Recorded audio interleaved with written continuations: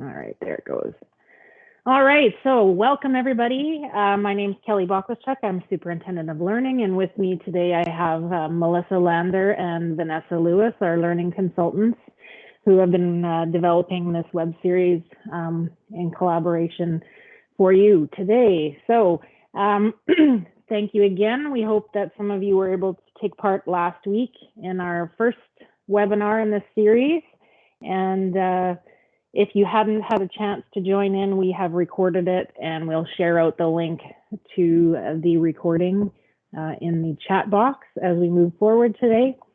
But today we just wanted to reiterate, last week we talked about the 1 in 4 rule and student reflections and assessments. And today we're continuing on looking at more feedback with specifically regards to the use of technology tools, strategically using those for feedback, as well as what peer feedback and assessment can look like. So here is the link to past and future episodes. If you would like to watch the recordings, we would invite you to do so. Thank you to Vanessa for adding that in the chat box. So good morning, everybody. With All Learning, we're hoping to help students identify what they know and determine what they need to know so that we can guide them as they begin to take ownership of their own learning. So assessment plays a key role in this learning journey by helping to structure a pathway. And whether involved in, I'd say, like the face-to-face or online assessments, the overall purpose of assessment remains the same. And sound assessment practices really help us focus in on how to improve learning. It allows for information gathering to help us as teachers or for our students to identify where they're at and find ways to support and help them grow. It also helps to inform instruction. So really assessment is a key tool in helping to monitor impact and measure success. And our goal or hope with all of this, I guess, is to try to develop assessment capable, visible learners. And we use some of the ideas from the resource that you can see in the top right-hand corner of your screen there by Nancy Fry, John Hattie, and Douglas Fisher as a reference as we've been creating this video assessment series. And I guess the overall vision is to try to develop learners who know his or her current level of understanding, who really know where he or she is headed and has the confidence and the ability to do so. We want students who can identify and access tools that they need to progress on their personalized learning journeys, and who can be very reflective and honest about their progress. So this webinar focuses on the importance of feedback as part of the assessment process and in helping to support capable learners. So the impact of feedback, according to Hattie, is the effect size is quite high. It's at 0.73. And Hattie suggests that we as teachers can increase and maximize student learning by zoning in or focusing on activities and practices within a zone of desired effects. And these research practices can have the greatest impact on student learning. So 0.4 is, I believe, the hinge point, and anything over that is considered to have significant impact. So with feedback having a 0.73 effect size, it is definitely worth focusing on. So in this webinar, we'll continue to explore feedback as it connects to assessment and to student achievement. And with that, I believe I turn it over to Melissa, who will talk about the assessment process. Hey, good morning, everyone. So just to follow up with what Vanessa's saying, how do we get to having those assessment capable learners? Well, we do have a process that will help us along the way. And as with every process, it's got to be flexible and tailored to our individual students, but there's still an overall process that you can follow. Keeping in mind that assessment should never just be something that's done to the students. We need the students involved in the process the entire way. So the more they're involved, the more ownership they'll take. And then ultimately the goal being them being responsible for their assessment as they move forward into different areas of their life. So if you're looking for a little bit more information on the assessment process, you're welcome to head back to webinar 1, where I go through it in a little bit more detail. But I'll just give you a quick overview today to frame what we're doing. So the first thing, first and always, you must share that learning outcome in student-friendly language. There's no sense doing, well, there is lots of sense still teaching, but it's really important that the kids know what they're working on and what success looks like. So that's the next step, is sharing what the success looks like, and sometimes just as valuable as sharing what it doesn't look like, so that the students can frame, how do they know when they actually have met this outcome? Then you're going to look at the readiness assessment. So we're looking at what are the skills the students already have, and what do they maybe need to do their learning, and what do I need to teach them, and what do we need to build on? Then we move into that formative loop where there's that beautiful dance between instruction and assessment, and then reforming our instruction, and until we are pretty sure that the students are there and have that outcome, and then we can move into the summative. And at which point we either move back to the formative loop if there's still a little bit of learning to be had, or we can move on to some enrichment, or we can move on to the next outcome. Thanks, Melissa. So last week we introduced a short little video from Edutopia that we have framed this series around, 6 ways to give effective feedback. Last week we focused on the first 2 tips, and this week we are moving into the 3rd and 4th tips that Edutopia provided in the video. So just to bring us back, we're going to rewatch the video just to frame where we're going today.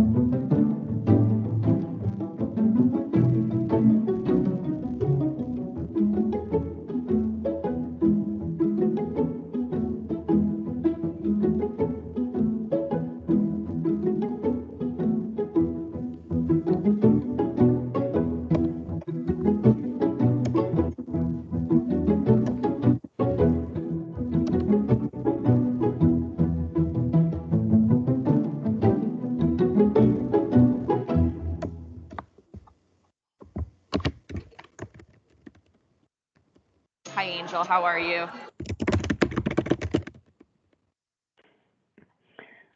Perfect. So as Edutopia promoted the feedback from teachers, tips, that's kind of what we're trying to do too. So we've been inviting some of our teachers to share with us today. So we're going to move into talking about tip 3, the use of tech tools strategically when looking at feedback.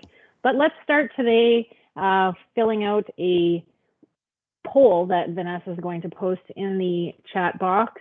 And if you can't see it, there are three little dots at the bottom of the chat box. You can install what we call the little app called Polly.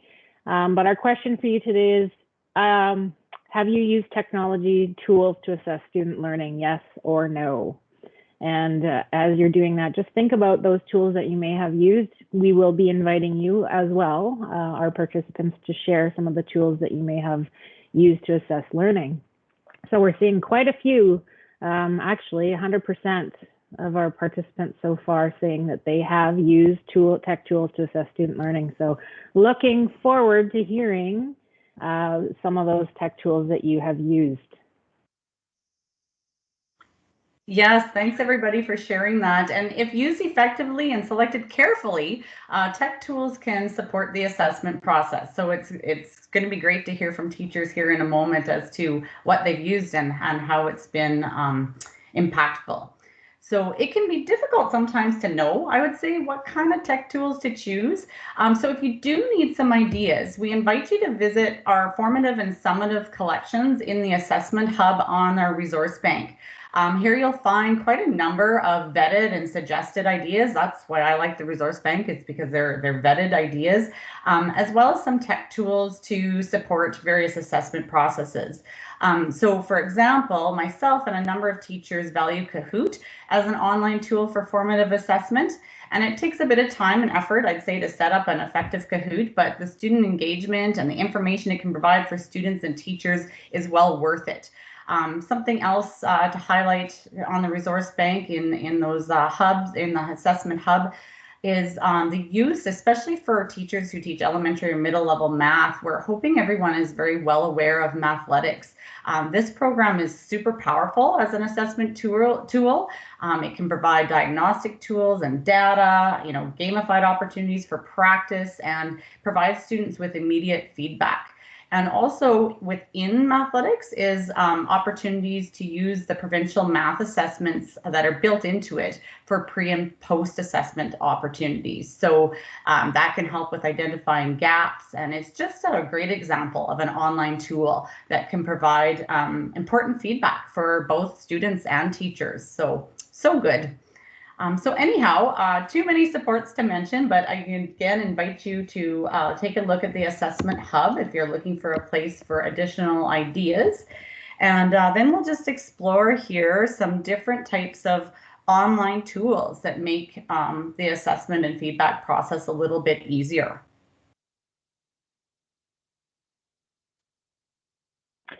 So, like I mentioned earlier, we have asked teachers within SunWest to join us today as a panel group to share some of the tech tools that they've used for assessment and feedback. So with that, I'm just going to introduce our three panelists and again invite everybody else on the call to think about tools that they have used and maybe share them in the chat, or we'll give you an opportunity to take the microphone. So we're going to start with Jennifer Loken, a teacher at Westcliff School in Marengo, and we'll invite her to share some of the tech tools that she may have used to support feedback, gathering feedback from students. Good morning, everyone. Please let me know if I come across as choppy. My internet is not as good as I would think. So one day I teach in a small school and I teach high school English and I teach multiple grades at the same time. So it is helpful to me to use some tech tools, especially when assessing or formally assessing writing in English or grammar. So one thing I've been using more, especially since we started doing more because of the pandemic, was No Red Ink, which I'm sure a lot of English teachers use. It's been great. Usually in grade 10, I do a little bit of the 8 parts of speech, which is, I think, very difficult for them to just learn online. So I've been assigning them different parts of the 8 parts of speech through No Red Ink, which is great. It actually helps with the 1 in 4 rule too, in that I don't need to be marking everything they do. It will do the marking for you and then show you where they need more assistance. Another thing, as Vanessa mentioned, I do use Kahoots. Sometimes I have the kids write the Kahoots themselves, and it's a good way to test what they know about things. And then one other way is, as I mentioned last week when I was speaking, a lot of the rubrics we have on the Resource Bank for ELA, I will take those rubrics, and since I put my classes up in OneNote anyway, like the class I'm teaching, I often put the same lesson up in OneNote in case kids happen to miss a day or want to do their assignment away from home or away from school. I will take a rubric from the Resource Bank and have them either assess themselves using that rubric, or if they're working in groups, assess each other or how the project went, just highlighting on rubrics that I put into the OneNote. So I guess that could be like tech or non-tech. I guess I could just hand out the rubrics and have them highlight, but I do use a OneNote a lot more. So yeah, those are my quick assessment using technology tips. Thank you. Thanks, Jen. That's great. I've in addition to what you were saying, I shared out the links to No Red Ink. Vanessa shared out the link to the assessment hub, and I shared out the link right to the ELA rubrics you were speaking of. So thank you for those wonderful tips, specifically integrated into ELA. With that, we're going to move to Heather Phillips, our middle picture there on the screen. And Heather is a teacher at our Distance Learning Center, so probably uses a variety of online tools to support gathering feedback from students. I'm looking forward to hearing what you have to share with us, Heather. Thanks, Kelly. Good morning, everybody. So yeah, it looks a little different for us at the DLC because everything that we do is a tech tool, but some of it, well, most of what we use actually are embedded or plugins that are right in Moodle, and Moodle is just the LMS that we use for our students to take their courses on. So a lot of the plugins that we would use to assess our students aren't available to to other teachers if you're using just OneNote or Google or things like that. But there are many different things that we do. So we have different plugins, like a journal plugin that allows our students to work, and while they're working, we can be providing feedback in a formative way with them. We have a plugin called Forums, which allows students to post a comment or answer a question, and other students can then read their comments and they can comment with each other, which is a nice way for us to have our students engaging with one another, even though they're online. We have surveys that we often use in our course to get feedback from our students on how they find things are going.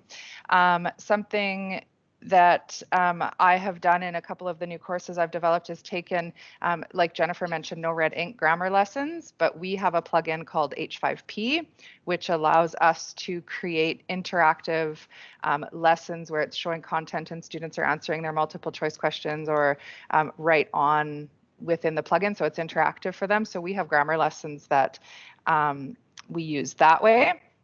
And we also have quizzes, which are embedded right into Moodle that we often use, and all the multiple choice are automatically graded for us and put into our gradebook. Something else that we have is something called Poodle, which is the ability for students to sort of click this button and then record orally their responses. So it would be kind of like a Flipgrid. I love the idea of Flipgrid, but we don't like to use external sites for our students, because then they are leaving Moodle and having to set up accounts and log in elsewhere, which can cause problems for them. So something that I will do is give them the option of, if they're answering a question, I'll give them the option of using Poodle and just orally recording their voice. And some students would prefer to do that over writing it out. And then I will use OneNote for students that I'm personalizing with a little more. So if we're sort of doing some personalized programs, I will sometimes put them in OneNote, again, as Jennifer mentioned. Yeah, so, and another one we use there, and this is an external, but this is just something that we use as teachers, is called QText. It's just a plagiarism checker that we find really helpful to just, plug work into and just see if there's anything that has been copied that is a problem that we have at the DLC, because we can't, we're not monitoring our students face-to-face all of the time. And another great one that I just was made aware of is a site called Common Lit. And it's a free site, and it's full of different readings, and it comes with PDFs you can download. It's interactive. So again, at the DLC, we wouldn't really be able to use those interactive components with our students, but other teachers certainly could, and have their students logging into Common Lit, and it's really amazing. You can go in and do a reading and annotate it right there on the site, and I think it's compatible with Google Classroom. So if you haven't checked out Common Lit, that is definitely something worth checking, and it's all free. So those are some things that we do at the DLC. I think I mentioned everything. Thank you, Heather. So many great resources. I just wanted to note in the chat, I've been trying to add links into the resource bank to those items that you have mentioned are great, great tech tools. And I did put in access to sign up for open access registration for the DLC courses if that's something of interest. You can go beyond ELA, of course, and register for a variety of different open access courses. So thank you for your perspective, Heather, much appreciated. I'm also seeing in the chat that we have other tech tool examples, everything from Quill to using PowerPoint, and different ways to use Kahoot. So thank you. Please continue to using the chat to share your ideas. And our third panelist today is Stephen Haddon, a teacher at Bigger Central School. Stephen has a diverse portfolio working with students basically from K through 12, I believe. And has a diverse background in technology. So looking forward to hearing your tips today, Stephen. Cool. All right. Well, as Kelly said, I do some stuff from kindergarten to grade 12. I'm our Pebble mentor for our school. I teach in an independent education program, of course, in INDEP. But I've also been involved with reading rotations this year for elementary, mostly grade 4, 5, and 6. And over the last couple of years, I've done some stuff with technology in high school and middle years, science and math. So lots of opportunities to use different tools and try different things. I'm an early adopter generally for tech stuff as well.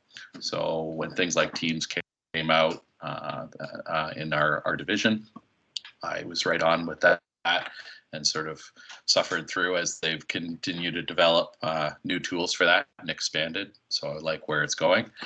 Anyway, for my home time, I've got 3 kids as well in grades 4, 6, and 8.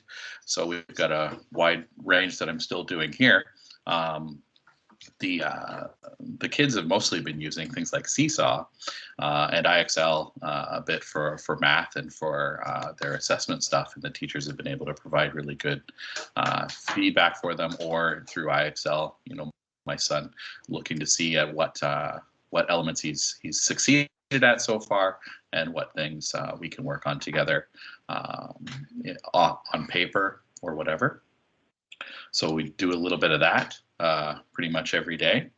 When I'm in the classroom or regardless, I usually try to, for things like InfoPro for grade 10 and for things like computer science, try to make the course as open as possible for progress through the topics. So one of the tools that I used for computer science, which is pretty specific to computer science, but it's got a few other applications for math, would be what's called Jupyter Notebooks.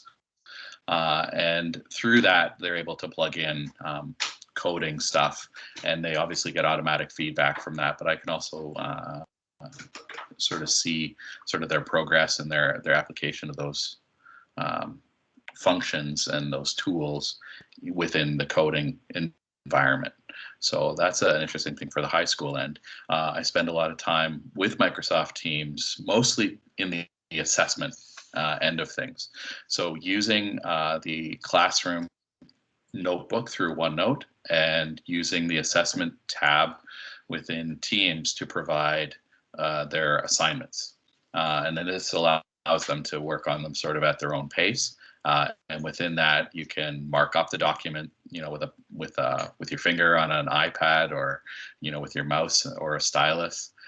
You can write comments directly on the assignment, as well as within boxes on the side. And that really did give me a lot of freedom to break the course down into the assignments, and students could either progress quicker or slower as needed. Was able to catch when, you know, a couple little cheating things happened here and there, and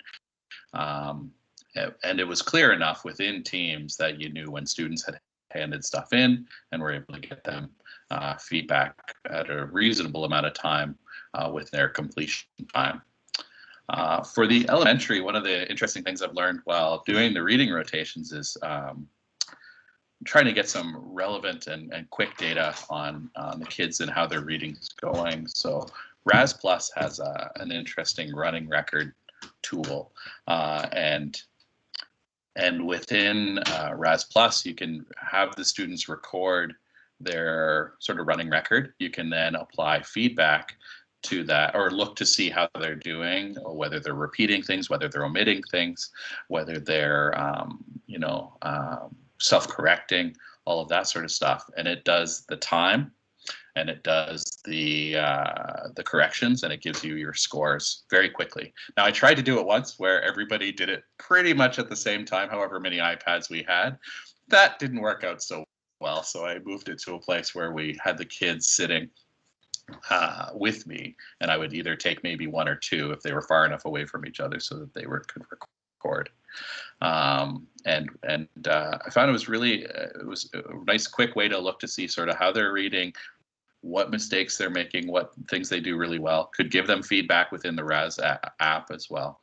And that was those are two of the things. When I was doing middle year stuff with math and with science stuff, a lot of Kahoots and doing those activities for that formative assessment, and really helping the kids understand what they're still struggling with. So most of the stuff, it was feedback for me, for my tools, and then I was able to provide some direction to those kids, which is what formative feedback is good for. So there you go. Thank you, Stephen. Wonderful resources. Some of the programs you've talked about, you'll want to visit their website and check them out. And I've also shared some links in the chat to support some of the areas that you've talked about. And one specifically is a list that our grade 4 to 6 PLC came up with regards to some tech tools that might support gathering of feedback from students. Definitely lots of expertise at a variety of different grade levels, Stephen, so thank you very much. And thank you to all three of our panelists for sharing the tech tools that they've been using to gather feedback from students. I've also been noticing in the chat lots of different ideas from boom cards, spelling city, some of the things that we didn't specifically talk about with our panelists. So with that, I think we'll move on a little with our session and move into tip 4. Okay, great. Thanks, Kelly. I just wanted to add, as I'm sitting here with my mental checklist of all my favorites, you guys hit, I would say, 95% of them. Great, really good tools. I do want to point out, if you're kind of going, I really love the idea of Flipgrid or Common Lit, but I'm not sure how to use it. Just know that we do have a professional learning hub in the resource bank. So if you go to hubs, and then you'll see the SunWest logo. And if you go down into the bottom where the collections are, there's a whole collection on how to use various resources. So that could be a big support for you for getting to have the knowledge so that you can use some of these awesome tools. So in the chat, we are going to have another poll. Vanessa's going to pop that in there, asking if you've used Peerback to support your assessment.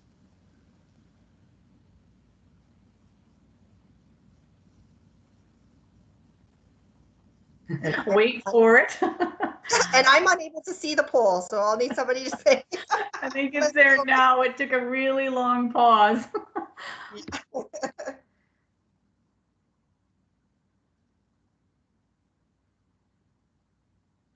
So we're currently at 100%, Melissa, of our participants who have used peer feedback to support assessment. Well, I'm not surprised with this group of rock stars, that's for sure. So the idea being that instead of grading everything yourself, which is what we know is impossible to do, that we're looking at including students. And the great thing is that the students doing the assessment, they can learn a lot of skills throughout it as well. Not only the student that's getting the feedback, but the student that's giving the feedback can learn a lot. And you know, the ability to stay impartial and the ability to give what's useful for feedback so that they know what they need to do. And then my favorite, always in the junior and intermediate years, is actually doing something with the feedback. So that's, you know, once you get it, what do you do with it? So we can work with them on all of those things. And once they have given somebody feedback and they see that somebody doesn't do something with that feedback, they're going to be a little more to do something with their own feedback. So I think that's a great lesson that you can build right into that whole process. The other thing is, you can give, and Jan was mentioning giving out the rubrics that have been created to have the kids assess each other, which is such a great tool for them doing it. And what a great way for them to truly understand how to get the 4 when they're able to assess a paper themselves. So the other thing you can consider, of course, is having the kids build out those rubrics themselves. You can give them the headings if you need to kind of get them there, and maybe give them the 2 or 3 and then see how they would build up or down. Again, that transfer of responsibility to building it. So I'm going to do a little bit here as a teacher tip. I had done a lot with Genius Hour in my life in the classroom. And one thing that I always try to do, because the kids need so much feedback, anybody that's done a passion project or Genius Hour knows that you feel like you're on roller skates. So one of the things I try to implement is a very similar system to hear what John Spencer has perfected. And he did it so much better than I ever could have that I'm just going to share this short video with you. And then we'll go through how you could use this in your classroom.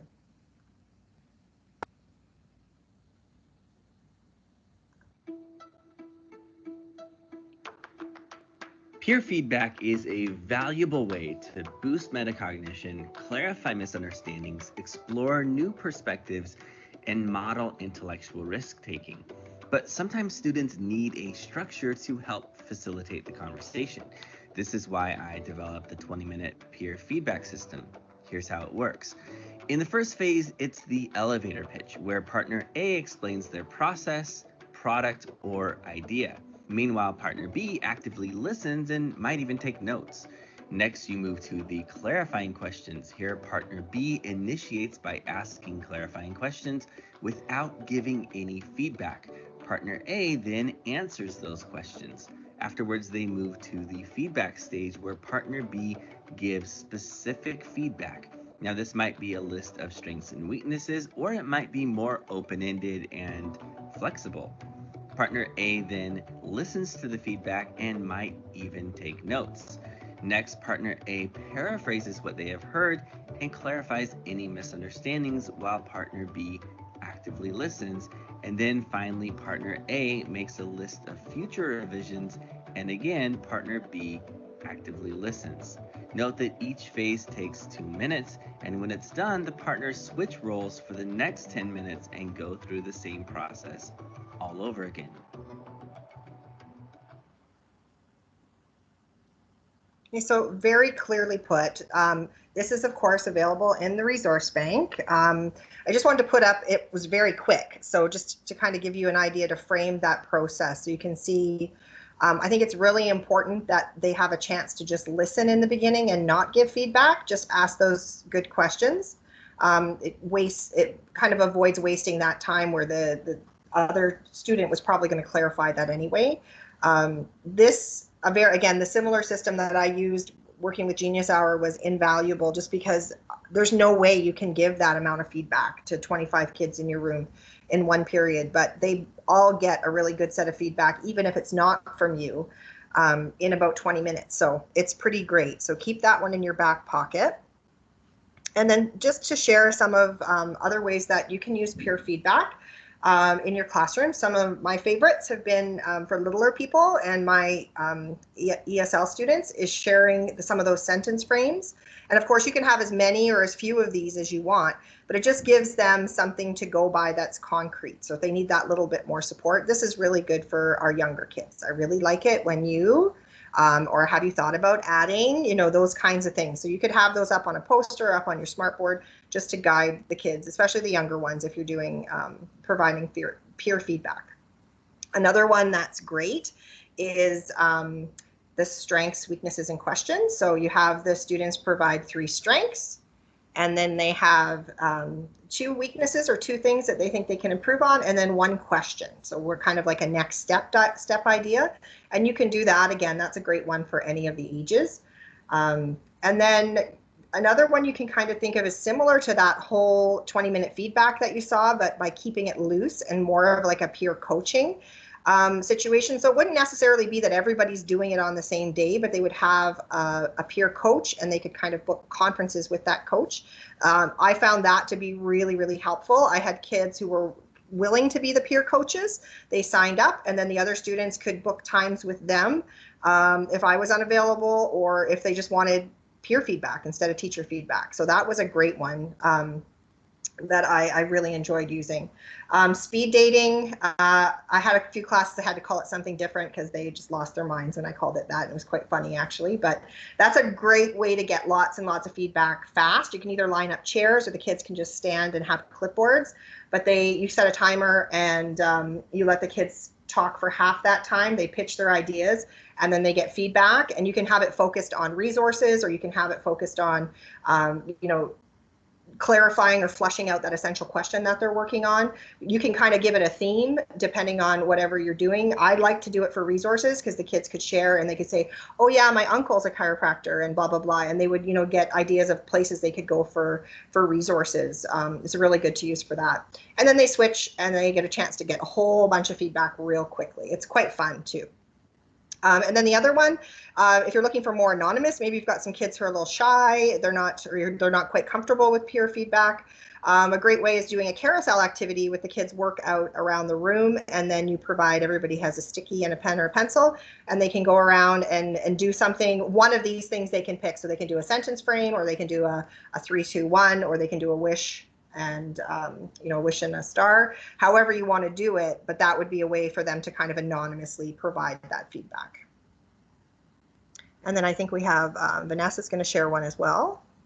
Yeah, I'll just jump in really quickly to share this Flipgrid tool and a story, as I think it's really a powerful learning experience for myself and our students, and it also combines both the tech tool idea and the peer feedback. And I was noticing some of the ideas mentioned from our teacher tips sections earlier. A lot of them were great examples of the combination of how they can work for both too. So thanks for that. So in relation to this one, myself and my awesome colleague work very closely with our SunWest student leaders. And one of our students groups is in collaboration with peers from a partner school in the United States. So we work together to create like academic tutorials and interest-based how-to videos to share in support of student learning online. It's fairly new in its stages, and we're learning a lot. But what we do at our different meetings is we schedule meetings where we meet online, using different video conferencing software. But we had one day where we weren't able to meet in person. And we've used the tool Flipgrid for some fun, like personable introductions and, connections, building relationships between students and advisors, because we've never actually been able to meet in person. So we've used it for those purposes. But one of our planned meeting dates kind of went awry a little bit, and our partner school wasn't able to attend our scheduled meeting. So we did a little bit of brainstorming ahead of time, and what we decided we would do is that our SunWest students would share our videos with our peers down in the States. And then instead of being able to connect for that online face-to-face type of scenario for sharing the feedback, what we would do is have the US partners use Flipgrid to record their personalized feedback messages for each of our students based on a collaborative rubric. So it was really the next best thing, I would say, to being able to connect online. The videos were really quite personal. Our students at our end got to see their friends south of the border and really value the personalized feedback. So it was just a great example of using a tech tool in the peer feedback situation. So it's good learning. Thank you so much for your tips, Melissa and Vanessa. I've been adding some links in the chat to support the tips that you've been providing. At this point in time, I invite anybody else attending this session to share tips that they may have. You can take the mic at this point or add it to the chat.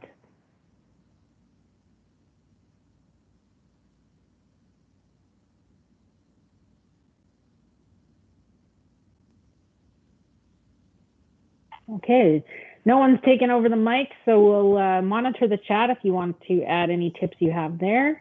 And with that, we'll keep on trucking with this session. Thank you. Okay, so just a reminder, and a lot of people have referred to the resource bank today, made my heart very happy. There are lots and lots of supports for everything that we've been talking about today in the resource bank. So again, just to remind you that we do have that whole assessment hub, so there's a link there for it. But again, you can just go to the resource bank, click hubs, and then see all hubs, and you'll see the little purple coggy brain, and it'll bring you here. So there are some great collections here. A lot of what we've been talking about are in best practices there. You'll be able to also find our webinar in there as well. And the collection will keep adding to that as we have them. Lots of the great tools that we were talking about today were in that formative assessment collection and in the summative as well. So what's great about something like Kahoot is you can use it as a formative, you know, when you're gathering feedback about your kids, but then you can have the kids make one as a summative assessment. So there's so many things that can be used in so many different ways and so many different purposes. So there's lots of great things here. And then again, keeping in mind that there's also that PD hub, and that has a lot of the webinars and resources on demand that you can go and learn how to use some of these awesome tools if you're not familiar with them.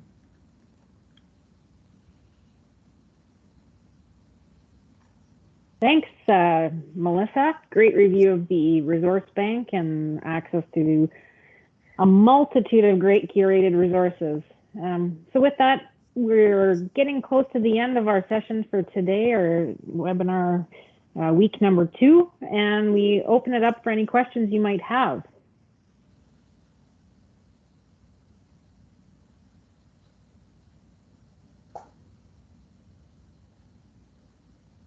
All right, having no questions with the microphone or in the chat at this point, we want to thank you for joining us today. We will post the link, the recording in the resource bank, and we invite you to join us next week, same time, same place, for our 3rd webinar in this series, where we'll be focusing on tips 5 and 6.